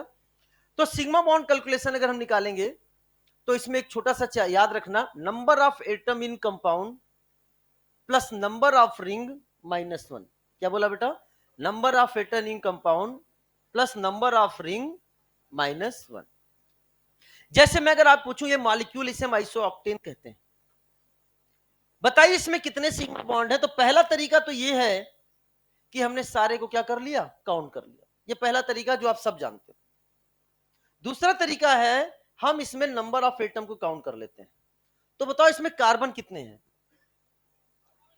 कितने बेटा? 8। 1 2 3 4 5 6 7 8, वैसे भी ऑक्टेन क्या कह रहा है, 8। तो हमने यहां पर लिख दिया that is C8। Hydrogen count कर लो बेटा कितने हैं, 1 2 3 4 5 इंटू 3 कितने हो गए, 15। 2 + 1 3 और जोड़ के टोटल कितने हो गए, तो C8H18। समझा बेटा? एक बच्चा कह रहा है सर आपने काउंट क्यों किया, मैंने कहना क्या चाहते हो, फिर मैं लिखता कैसे, कह रहे सर एल्केन का जनरल फार्मूला होता है CnH2n+2। आपने कार्बन 8 बता दिया तो हाइड्रोजन मैंने बिना काउंट किए दिया, कितने होने वाले हैं, 18 होने वाले हैं। क्या मेरी बात क्लियर हो गई है? तो C8H18। अब मैं पूछना चाहता हूं, बताइए number of atom in compound कितने हो गए, 18 + 8 कितने होते हैं, 26। इस कंपाउंड में रिंग कितने नजर आ रहे हैं, माइनस क्या करना है, आंसर क्या हो गया है, इज द आंसर। इस कंपाउंड में 25 सिग्मा बॉन्ड, हमने काउंट नहीं किया, बट आप काउंट करके देख लो आंसर कितना आएगा, 25। हाँ, लेकिन यहां पे गलती नहीं होगी आपसे, क्यों, क्योंकि 25 आया है तो आंसर क्या होने वाला है, 25, क्योंकि ये कोई काउंटिंग एरर नहीं है। क्या मेरी बात क्लियर हो रही कि नहीं हो रही बेटा? तो ऐसे कुछ कंपाउंड देंगे तो क्या आप जवाब दे पाओगे क्या?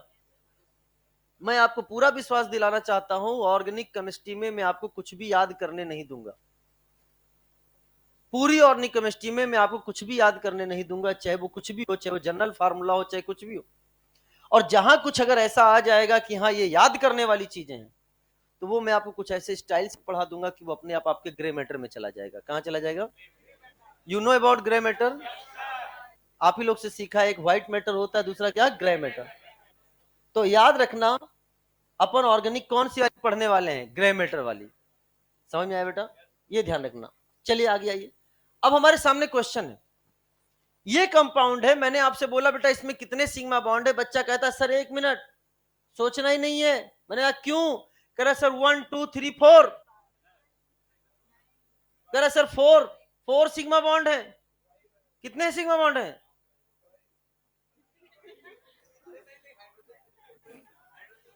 समझे बेटा? आइसोमर से स्टार्ट करो, छोटी छोटी चीजें है ना, ये छोटी छोटी चीजें जो है हमारे बड़े काम की हैं।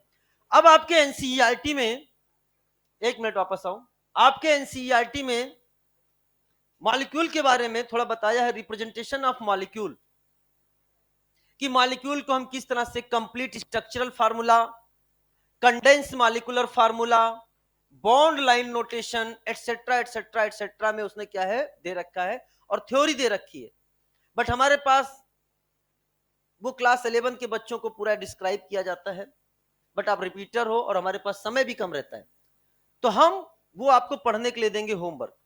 साथ में हम टेलीग्राम पर आपको एडिटेड एनसीईआरटी क्या करेंगे, हम सेंड करेंगे। एडिटेड एनसीईआरटी मतलब अंडरलाइंड है या उसमें कोई ना कोई चीज ऐड करके आपको उसको वहां से पढ़ना होगा। ठीक है बेटा, डेली का डेली हम आपको वर्क देंगे वाया टेलीग्राम, आपको इसको याद रखना होगा। तो सिग्मा बॉन्ड कैलकुलेशन हमने पढ़ा। अब ये हमारे सामने है बॉन्ड लाइन नोटेशन। तो मुझे पूरा विश्वास है कि इस मॉलिक्यूल को तुम पहचान पा रहे होगे। तो बॉन्ड लाइन नोटेशन में अगर हम आपसे बात करें तो सुनो, बस एक लाइन जो लिखा है एनसीईआरटी में, मैं आपको बताने वाला हूं कि कार्बन चेन को जिगजैग फैशन में रिप्रेजेंट करते हैं। कैसे करते हैं? Zigzag fashion. जिगजैग ये कौन सा फैशन कहलाता है? जिगजैग। अब प्रश्न ये आता है जिसका जवाब मैं आज नहीं दूंगा, इसका जवाब मिलेगा आपको आइसोमर में, कि सर कार्बन चेन को जिगजैग फैशन में ही क्यों रिप्रेजेंट किया जाता है। क्या क्वेश्चन हो गया? जिगजैग फैशन में ही क्यों रिप्रेजेंट किया जाता है? इसका रीजन है स्टेबिलिटी रीजन। स्टेबिलिटी रीजन वो चर्चा हम आपसे बाद में करेंगे, आएगा बाद में। दूसरी बात आपसे कहना चाह रहा हूं कि इस बॉन्ड लाइन नोटेशन में मॉलिक्यूल बहुत बड़े बड़े होते हैं, बहुत हाइट में से। ये देखो इस मॉलिक्यूल को कितना स्पेस ले रहा है, लेकिन इस मॉलिक्यूल में देखो कितना स्पेस लिया। तो मॉलिक्यूल को सुविधानुसार बनाने के लिए हम किसका प्रयोग करते हैं बेटा? Bond line notation. तो इसमें जो कॉर्नर है, ये कॉर्नर किसको रिप्रेजेंट करता है बताओ बेटा? कार्बन को। किसको रिप्रेजेंट करता है? कार्बन। और ये टर्मिनल किसको रिप्रेजेंट करता है? टर्मिनल अगर कुछ ना दिया जाए, कुछ ना दिया जाए, मतलब वो रिप्रेजेंट करेगा मिथाइल ग्रुप को। किसको करेगा? मिथाइल ग्रुप, मतलब कार्बन को, मिथाइल ग्रुप को रिप्रेजेंट करेगा। लेकिन अगर यहां पर दूसरे एटम्स आ गए, जैसे ऑक्सीजन आ गया, नाइट्रोजन आ गया, सल्फर आ गया, तो वो वहां के उसके फंक्शनल ग्रुप को रिप्रेजेंट करेंगे। तो ये किसको रिप्रेजेंट कर रहा है बेटा? दिस किसको भी करेगा? कार्बन। बात क्लियर हो गई? चलो साहब, हम बॉन्ड लाइन नोटेशन में कार्बन और हाइड्रोजन को रिप्रेजेंट नहीं करते हैं। कार्बन हाइड्रोजन को रिप्रेजेंट नहीं करते हैं, लेकिन कार्बन हाइड्रोजन के अलावा कोई दूसरे एटम आ जाए तो उसको रिप्रेजेंट करते हैं। जैसे अगर मैं आपसे पूछूं इस मॉलिक्यूल में कार्बन है, बताओ जवाब दो। 5 है। लेकिन अब इस मॉलिक्यूल में कितने कार्बन हो गए? अब 1 2 3 4। अब ये कार्बन नहीं है। अब ये रिप्रेजेंट किसको करेगा? ऑक्सीजन को। क्या मेरी बात क्लियर हो रही है कि नहीं हो रही है? चलो साहब, दूसरी बात, कार्बन की वैलेंसी कितनी है? 4। तो आपको हर कार्बन को 4 वैलेंसी से सेटिस्फाइड करना है। मतलब वैलेंसी 4 करने के लिए आपको अदृश्य रूप से यहां जो हाइड्रोजन दिख रहे हैं उनको सोचना है। मैं अगर आपसे पूछूं बताओ यहां कितने हाइड्रोजन होंगे? यहां 3 होंगे। कैसे पता चला? 4 वैलेंसी होती है, एक वैलेंसी दिख रही है, 4 - 1 कितना हो गया? 3। यहां कितना होगा? कैसे पता चला? 4 - 2 2। यहां कितने? यहां यहां समझ में आया कि नहीं आया? चलो साहब, तो अब आप बता दो। मैंने यहां पे लिख दिया, यहां पे हमने लिख दिया, यहां पे कितने हाइड्रोजन है बेटा? 3।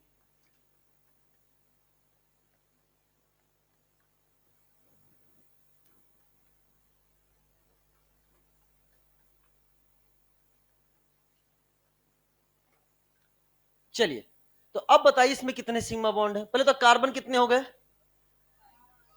C5। हाइड्रोजन काउंट करो कितना है? बच्चा कहता है मैं काउंट नहीं करूंगा। मैंने कहा तो कैसे जवाब दोगे? कह रहा CnH2n+2। CnH2n CnH2n+2। तो हाइड्रोजन कितने हो गए? अरे बोलो, समझ आया बेटा? आप चाहे देख लो, 3 3 6 और 6 कितने हो गए? 12। अरे CnH2n+2 समझ रहे हो ना बेटा? ये एल्केन का जनरल फार्मूला है। If n is equal to 5 then H कितना होगा? 2n+2। वेरी गुड, लबडब बढ़ा दिया था आपने मेरा। ठीक है ना? C5H12। बताओ नंबर ऑफ एटम कितने हैं? रिंग कितने हैं? आगे क्या करें? आंसर कितना होगा? Is the answer. बात क्लियर हो रही है कि नहीं हो रही है बेटा? चलिए अगला क्वेश्चन है, इसको नाम क्या है बताओ कंपाउंड को? This is called as benzene. ये है बेंजीन। बताओ बेटा यहां कितने हाइड्रोजन होंगे? यहां एक हाइड्रोजन। हर कार्बन पर एक हाइड्रोजन है क्या? कैसे पता चला एक ही हाइड्रोजन होगा? क्योंकि वैलेंसी 4 करनी है और ऑलरेडी देखो 1 2 और कितनी है 3, तो एक हो गया 4। बताओ इसका फार्मूला क्या हो जाएगा? C6H6। बताओ नंबर ऑफ एटम कितने हो गए? बताओ रिंग कितना है? रिंग कितना है? एक -1। आंसर कितना हो जाएगा बताओ? 12 + 1 13 - 1 12। काउंट करके देख लो बेटा, 6 ये हैं और 6 ये। टोटल कितने हो गए? 12। क्या 12 है? Sigma bond. पाई बॉन्ड को मत देखना। अगला क्वेश्चन है, बताओ इस कंपाउंड का नाम बताओ। This is called as naphthalene. अच्छा मैंने आज तो आपको ऐसे बना कर दे दिया, टेस्ट पेपर में कैसे दूंगा? या तो नेप्थलीन लिख कर दूंगा, और या तो आपने पढ़ा होगा इसके अंदर क्या बना देते हैं? गोला। क्या बोला? ये सब आपको बताया जाएगा जब रेजोनेंस पढ़ाया जाएगा। समझ में आया बेटा? तो बताओ बेटा क्या बता सकते हो? टोटल कार्बन काउंट करो यहां कितने हैं, काउंट करो। 1 2 3 4 5 6 7 8 9 10। तो हमने लिख दिया बेटा यहां पे क्या? This is the C10 hydrogen. बताओ बेटा यहां पे कितने होंगे? पहले बताओ कितने हैं यहां पे? एक। यहां कितने हैं? एक। यहां एक। यहां एक। और यहां कितने होंगे? क्यों रे? समझदार हो। यहां कितना बेटा? एक एक एक और एक। टोटल कितने हो गए? C10H8। सम कितना आ रहा है? रिंग कितने हैं? माइनस क्या करना है? आंसर क्या होने वाला है? कितना? बेहतरीन जवाब दे रहे हो। ठीक है, और करोगे क्वेश्चन? चलो एक क्वेश्चन का जवाब दीजिए। कितने क्वेश्चन हो गए आपके सामने? 4। सुनो बेटा, मैंने आपके सामने एक मॉलिक्यूल लिखा, दैट इज C2CN का होल 4। C2CN का होल 4। बहुत ध्यान समझना, आपको इसका स्ट्रक्चर बनाना है। पहले अगर स्ट्रक्चर की बात करें तो CN कितने हैं बेटा? कार्बन के साथ 4 CN। बहुत ध्यान सुनना, CN CN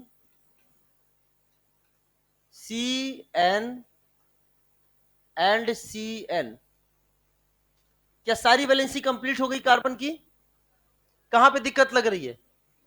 कितने बॉन्ड लगाने हैं बीच में? एक बॉन्ड लगा दिया। This compound is called as क्या? C2CN का होल 4। C2CN का होल 4। अब आप बताइए सिग्मा बॉन्ड होंगे। एक मिनट, पहले बताओ टोटल एटम कितने हैं इसमें? टोटल एटम काउंट करो बेटा। कैसे? 1 2 3 4 5 6 7 8 9 10। अरे बोलो ना, टोटल एटम कितने हो गए? 10। तो बताओ जवाब दीजिए क्या होगा? इसको देख के जवाब दीजिए। काउंट हो गया क्या? तो आप क्या लिखोगे बेटा? 10 + 0 -1। आंसर कितना हो गया? बट आप काउंट करके देखो बेटा, जरा देखना बेटा इसमें कितने होंगे? 1 2 3 4 5 7 8 9। क्लियर हो रहा है कि नहीं बेटा? चलिए एक क्वेश्चन लिखिए, बताइए क्वेश्चन लिखिए। आपको बताना है पायरिडीन में, पायरिडीन, ये क्वेश्चन आपका नीट में है।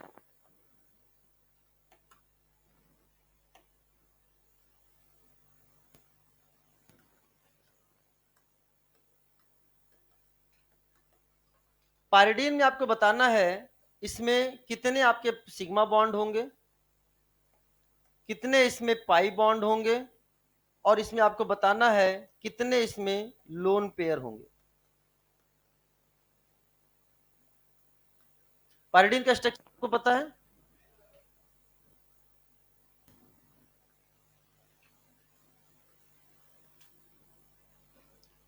This is the pyridine. अब मैं आपसे ये बोल रहा हूं इसकी वैलेंसी को कंप्लीट करिए बेटा। यहां क्या लिखोगे? एक हाइड्रोजन, यहां पे भी क्या है? Hydrogen, hydrogen, hydrogen and hydrogen. Nitrogen की कितनी वैलेंसी होती है बेटा? अरे बोल तो दिया करो सब लोग। नाइट्रोजन कितनी वैलेंसी होती है? 3। क्या 3 वैलेंसी यहाँ कंप्लीट है कि नहीं बेटा, बोलो। तो आप बताइए, काउंट करिए कितने सिग्मा बॉन्ड हो गए आपके सामने। 6 कितने नजर आ रहे हैं बेटा यहाँ पे? ये 6 तो है, 1 2 3 4 5 6। और हाइड्रोजन कितने हैं? आप डायरेक्ट जवाब दीजिए देख के। 6 + 5 कितने आंसर हो गए? 11। पाई बॉन्ड कितने नजर आ रहे हैं? बोलो। और लोन पेयर उसने बना कर दिया था कि नहीं दिया? तो आपको पता होना, और आपको पता है। लोन पेयर कैसे पता करते हैं आपको पता है ना, इनऑर्डिनरी बता दिया गया होगा। बट हम एक आसान सा बताते हैं चीजें, क्योंकि डायरेक्ट आप जवाब दे दोगे। दिस इज द ट्रिक, कि अगर आपके सामने कार्बन है,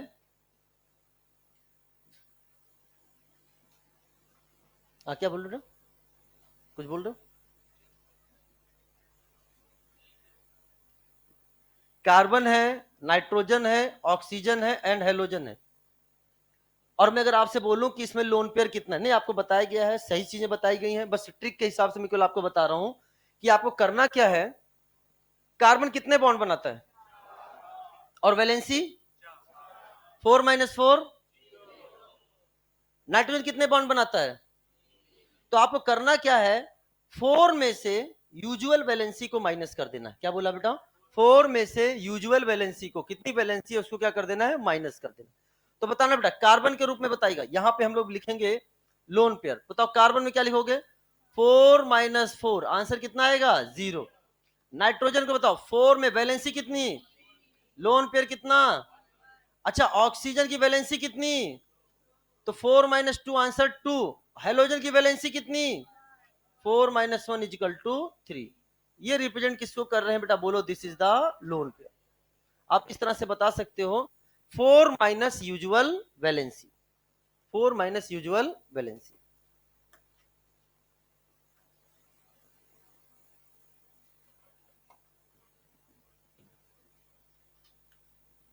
तो ये कुछ क्वेश्चंस थे, सिग्मा बॉन्ड कैलकुलेशंस पे हो गए। कितने बजे बेल लगेगी यार? टाइम का पता ही नहीं चला। कोई बात नहीं, अगली क्लास किसकी है? डॉक्टर प्रवेश खान सर। डॉक्टर की वैल्यू समझा करो। तुम्हें कितना अच्छा लगे, तुम्हारे नाम का क्या लगाया जाए? डॉक्टर।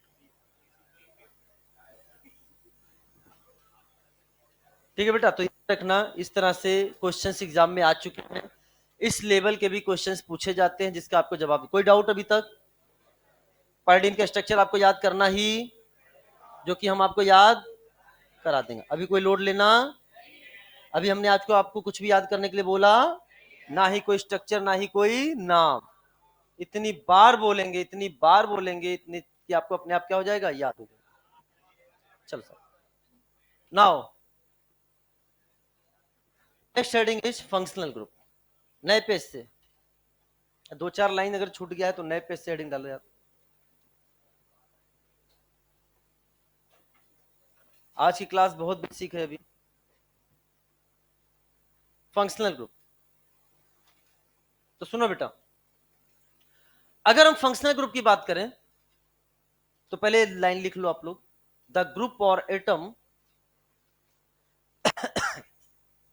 बिकॉज हम लोग ऑर्गेनिक केमिस्ट्री में एंट्री करने जा रहे हैं, जब तक वहां लोगों को पहचानोगे नहीं, फंक्शनल ग्रुप को नहीं पहचानोगे, तब तक पढ़ने में मजा आने वाला ही नहीं है।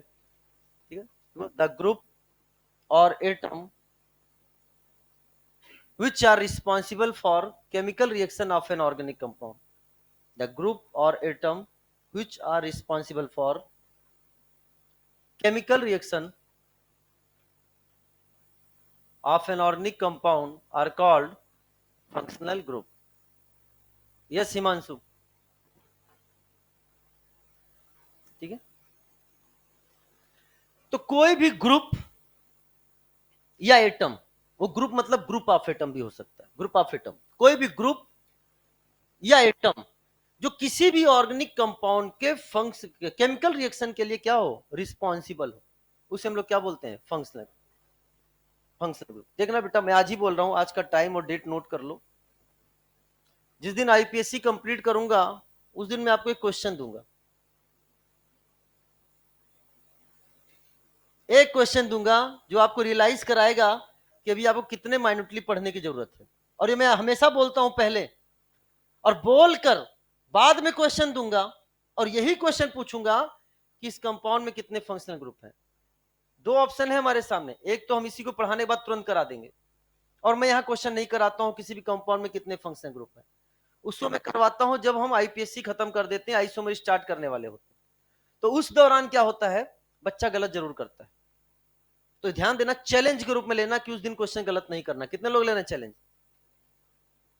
सारे देखेंगे, देखना कितने लोग। लेकिन हम ये भी बोल रहे हैं कि कुछ ना कुछ तो उस दिन जरूर गलत करेंगे। पूरी कोशिश करना सर को क्या करने के लिए, गलत, सर को हराना है। क्यों नहीं यार, एक टीचर जब एक टीचर अपने स्टूडेंट से हारता है, किस टर्म में, किस टर्म में, किस टर्म में, जब वो एक ऐसा क्वेश्चन देता है क्लास में कि देखे इसका कोई जवाब दे पा रहा है नहीं, और पूरी क्लास जवाब दे जाती है, तो कहता आप सब जीत गए। उस समय जीतता तो टीचर ही है, ठीक है ना बेटा? हाँ, चलो आ जाओ। इसमें अगला लाइन लिखिए, एक लाइन और लिखिए बेटा। Multiple multiple bond, multiple bond bracket में लिख देना बेटा, ऐसे जैसे मैं लिख रहा हूं, double bond and triple bond. Multiple bond are also considered as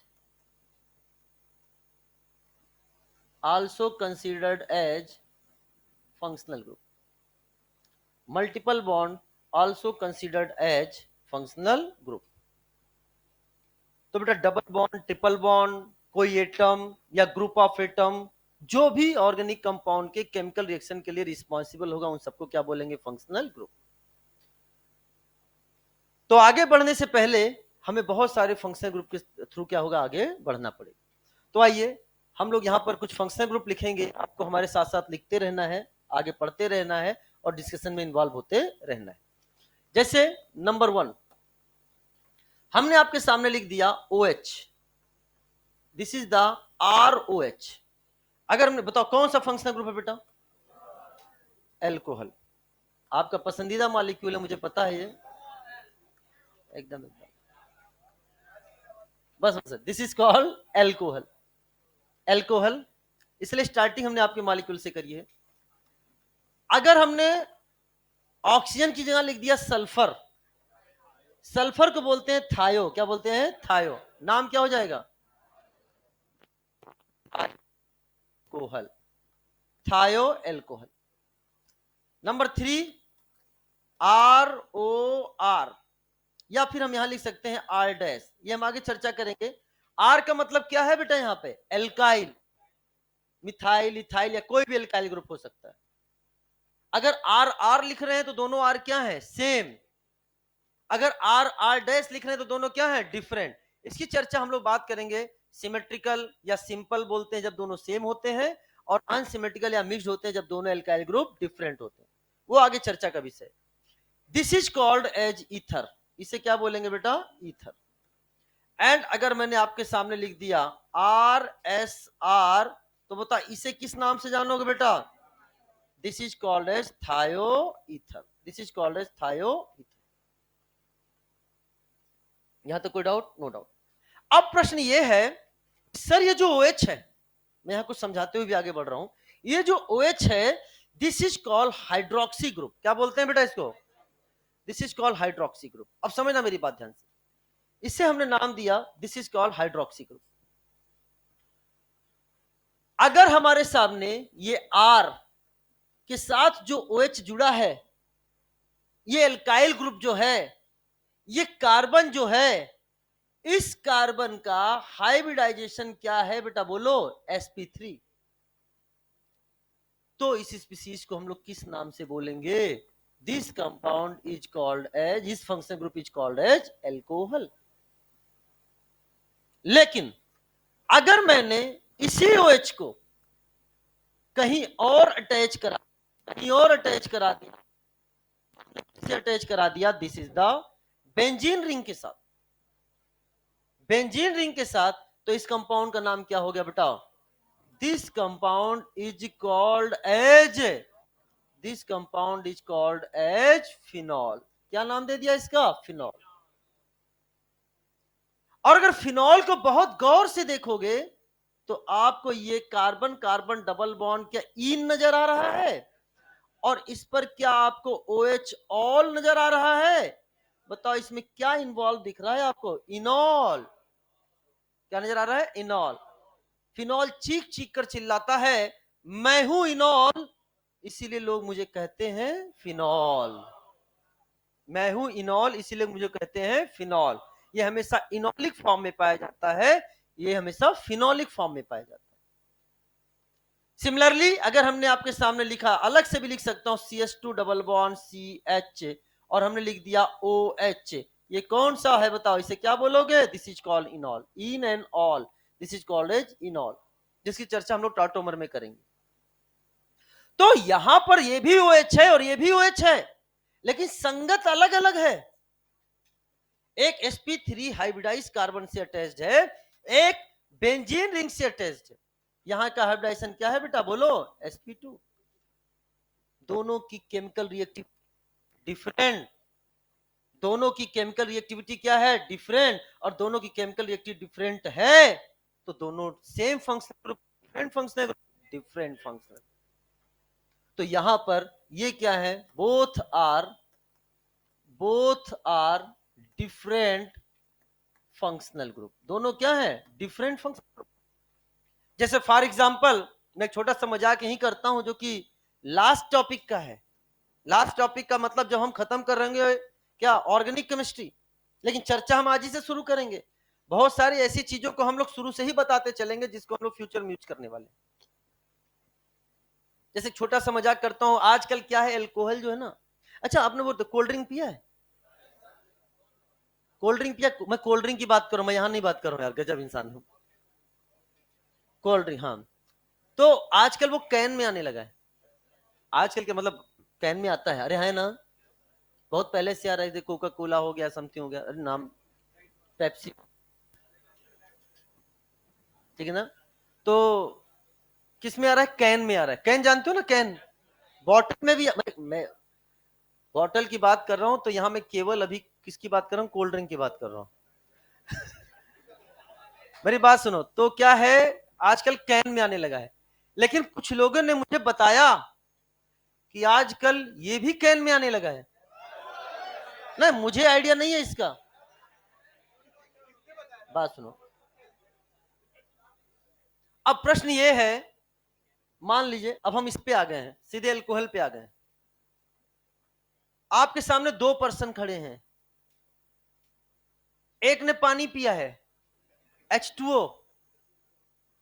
और एक ने कैन में अल्कोहल लिया है। बात सुनो, मेरे मजाक में भी केमिस्ट्री है, मैं फालतू चीजें इधर नहीं बोलता, वही बोलता हूं जो तुम्हारे ग्रे मैटर में जाए। अब वो दो पर्सन आपके सामने खड़े हैं, स्मेल करके नहीं बताना है, देख कर बताना है किसने अल्कोहल लिया है। तो एक मिनट, जिसने अल्कोहल लिया होगा उसकी आंखें किस कलर की? क्या? लाल हो चुकी होंगी। क्या मेरी बात समझ आ रही है? कैसी हो गई होंगी? This is the practical organic chemistry. आहा आहा, अभी जब मैं लिखूंगा तब तुम्हें समझ में आएगा। अब मुझे पता है आप में से 90% बच्चे इसको पहली बार पढ़ने जा रहे हैं। आई नो, मैं इसको 10 साल से पढ़ा रहा हूं और एनसीईआरटी ने, एनटीए ने अप्रूव्ड कर दिया एसिड सर पढ़ाओ। मैं इसको प्रैक्टिकल ऑर्गेनिक केमिस्ट्री में ऐड करने जा रहा हूं। जो आप देख लो, 2-4 साल पुराने भी लेक्चर उठा के देख लो, उसमें भी मैंने पढ़ाया है। अब वो एनटीए ने ऐड कर दिया है आपके सिलेबस में। ये मजाक मैं आज से नहीं कर रहा हूं, बरसों से कर रहा हूं। एंड दैट इज, हम आपको बताने जा रहे हैं, that is ceric ammonium nitrate. Ceric ammonium nitrate, ये कुछ चीजें हैं जो आपको अपने छत पर लिख लेना है कॉपी के। कॉपी का छत का मतलब होता है जो ऊपर बाउंड्री बनी हुई है। अगर जिससे कॉपी में ऊपर छत में बाउंड्री नहीं बनी है वो जमीन बना लेगा नीचे, और जो जमीन भी नहीं बनाना चाहता है वो कॉपी के बीच में बॉक्स बना लेगा, ठीक है ना। अब सुनो ध्यान, सेरिक अमोनियम नाइट्रेट, यहां से सी लो, यहां से ए लो, यहां से एन लो, तो आपके सामने क्या आ गया? कैन। हम लोग पढ़ने जा रहे हैं can test.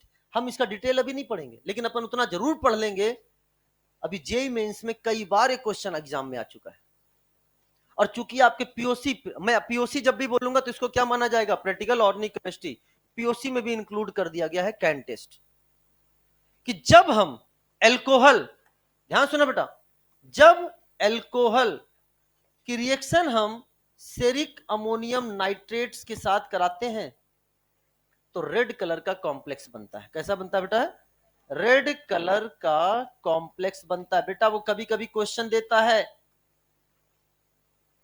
Paragraph based question दे देगा, एक कंपाउंड है उसके साथ फिर उसमें लिख देगा कि ये सेरिक अमोनियम नाइट्रेट के साथ रेड कलर का कॉम्प्लेक्स बनाता है, तो हमको पता चल जाएगा वो किसके बारे में बात कर रहा है, एल्कोहल। लेकिन जो हमने मजाक किया, मजाक करने का हमारा तरीका था वो ऐसा था कि ग्रामेटर में चला गया। आप कभी नहीं भूल सकते कि एल्कोहल को कैन में लेने से आंखें लाल हो जाती हैं। कलर याद हो गया कि नहीं याद हो गया बेटा? समझ में आएगा? तो ये चीजें आपके दिमाग में अब कभी नहीं भूलोगे कि कैन टेस्ट, कैन से एल्कोहल याद आएगा और आंखें लाल हो। कलर पूछता है, फिनॉल मत लेना, ब्राउन हो जाओगे। फिनॉल से ब्राउन, समझ में आता है, ब्राउन हो जाता है। लेकिन आपको क्या याद रखना है, एनसीईआरटी ने किसके बारे में बात कर रखी है? एल्कोहल के बारे में बात कर रखी है, ठीक है ना? तो ये चीज आपको याद रखनी है। ऐसी छोटी छोटी चीजें हम आपको,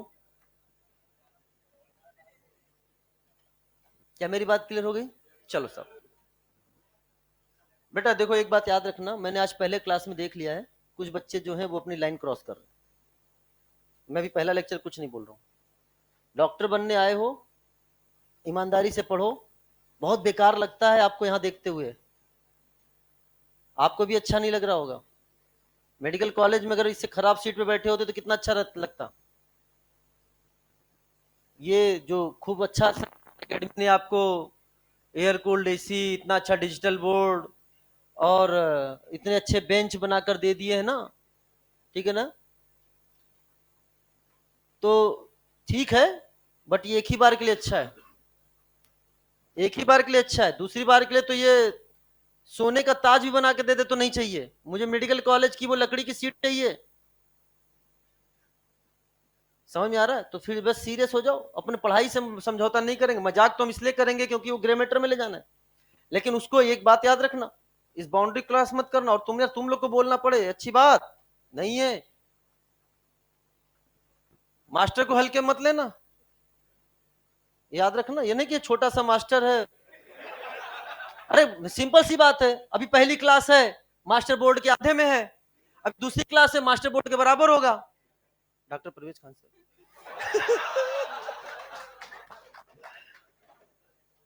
मुझे ऊपर लिखने के लिए ऐसे लिखना पड़ता है, वो ऐसे लिखते होंगे, तरीका है, ठीक है, लेकिन मास्टर को हल्के मत लेना। मास्टर हल्का है, 25 ग्राम वेट है, 25 ग्राम, उम्र है 5,000 साल। जान लेना उम्र क्या है, 5,000 साल, वेट है 25 ग्राम मास्टर का। कई लोग कह रहे सही में, अच्छा हम वापस आ जाओ, ठीक है, चलिए आ गया जी। बच्चा कह रहा है ठीक है, तब तो आप लिविंग फॉसिल हो, ठीक है ना? समझ में आया बेटा? तो सेरिक अमोनियम नाइट्रेट अब याद रखना, ये आगे भी आएगा। ऐसी चीजें मैंने आपसे बोला था कि जो चीजें रटने वाली हैं, मैं कई चीजों को रटने नहीं दूंगा आपको। जो चीज रटने वाली होंगी वो इस तरह से मजाक करके या किसी भी तरीके से, even that musical and magical organic chemistry के अंदाज से हम आपके ग्रेमेटर में पहुंचा देंगे, ठीक है? चलिए नेक्स्ट, अगला जो है, अभी जो हमने पढ़ा वो केवल 4 फंक्शनल ग्रुप पढ़े। इसके बाद की चर्चा है, अब जो हम कैटेगरी लेके आ रहे हैं वो कैटेगरी क्या है, सी डबल बॉन्ड ओ। इसे क्या बोलते हैं बेटा, कार्बोनाइल ग्रुप। अब ऐसे फंक्शनल ग्रुप हम लोग पढ़ेंगे जो किस पर बेस्ड है बेटा, कार्बोनाइल ग्रुप पे। एग्जाम्पल नंबर क्या है आपके सामने, 5। एग्जाम्पल नंबर 5 कार्बोनाइल ग्रुप वाले, जिसमें सबसे पहले अगर हम आपसे बात करें तो हमारे सामने आएगा इस molecule, C double bond O को बोलेंगे कार्बोनाइल ग्रुप। कार्बोनाइल ग्रुप पर बेस्ड कौन कौन से फंक्शनल ग्रुप हो सकते हैं उनको पढ़ने जा रहे हैं, जिसमें सबसे पहला जो है this is called as aldehyde, this is called as aldehyde. ये है हमारे सामने एल्डिहाइड, एल्डिहाइड। अच्छा, इसका लिखने का मतलब क्या हो गया बेटा? हमने R/H लिखा, इसका मतलब क्या हो गया? इसका मतलब ये हो गया कि सर, अच्छा इधर केवल H लिखा है, मतलब यहां केवल H हो सकता है। एक वैलेंसी हाइड्रोजन होना जरूरी है, दूसरी वैलेंसी हाइड्रोजन भी हो सकता है, या कोई कार्बन भी हो सकता है। तो अगर मैं आपसे पूछूं सबसे छोटा एल्डिहाइड कितने कार्बन का होगा? एक कार्बन का। सबसे छोटा एल्डिहाइड कितने कार्बन का होगा? एक कार्बन का होगा। समझ आया बेटा? बोलो है ना? और फिर उसके बाद हम स्टार्ट कर सकते हैं HCHO, और फिर इसके बाद क्या हो जाएगा? That is CH3CHO। तो अगर हम कहीं R/H लिखेंगे तो आप इसका मतलब समझ लेना कि उससे सबसे छोटी जो हमें मॉलिक्यूल बनानी है वो हाइड्रोजन से स्टार्ट कर सकते हैं। क्लियर हो गया? चलो साहब, this is the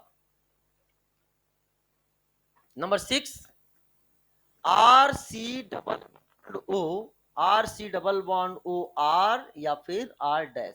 R dash का मतलब क्या हो गया? R का मतलब सेम, R डैश का मतलब डिफरेंट। ठीक है, तो बेटा इसे क्या, this is called as ketone, इसे बोलेंगे हम लोग कीटोन।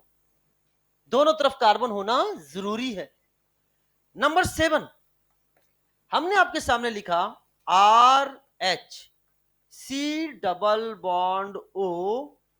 And OH। ध्यान समझना बेटा, यहां पर अगर हम देखें, ये कौन सा ग्रुप है आपके सामने? Carbonyl group. कौन सा बेटा? Carbonyl group. और ये कौन सा ग्रुप है? Hydroxyl. This is the carbonyl and this is the hydroxyl. Carbonyl और हाइड्रोक्सिल जब मिलते हैं तो एक नया ग्रुप बनता है जिसे बोलते हैं कार्बोक्सिल।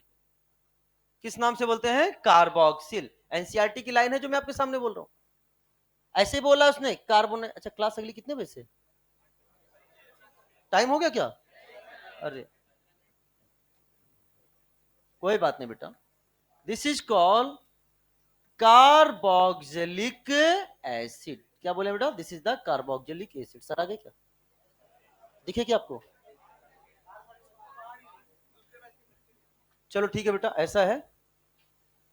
इसके यहीं से हम लोग अगली क्लास से स्टार्ट करेंगे और आगे पढ़ेंगे, तो continue in the next class. चलो, wish you all the best. मस्त रहिए, जबरदस्त रहिए, पढ़ाई में हमेशा व्यस्त रहिए। लेकिन अभी जो हमारी क्लास लग रही है वो रेगुलर नहीं है,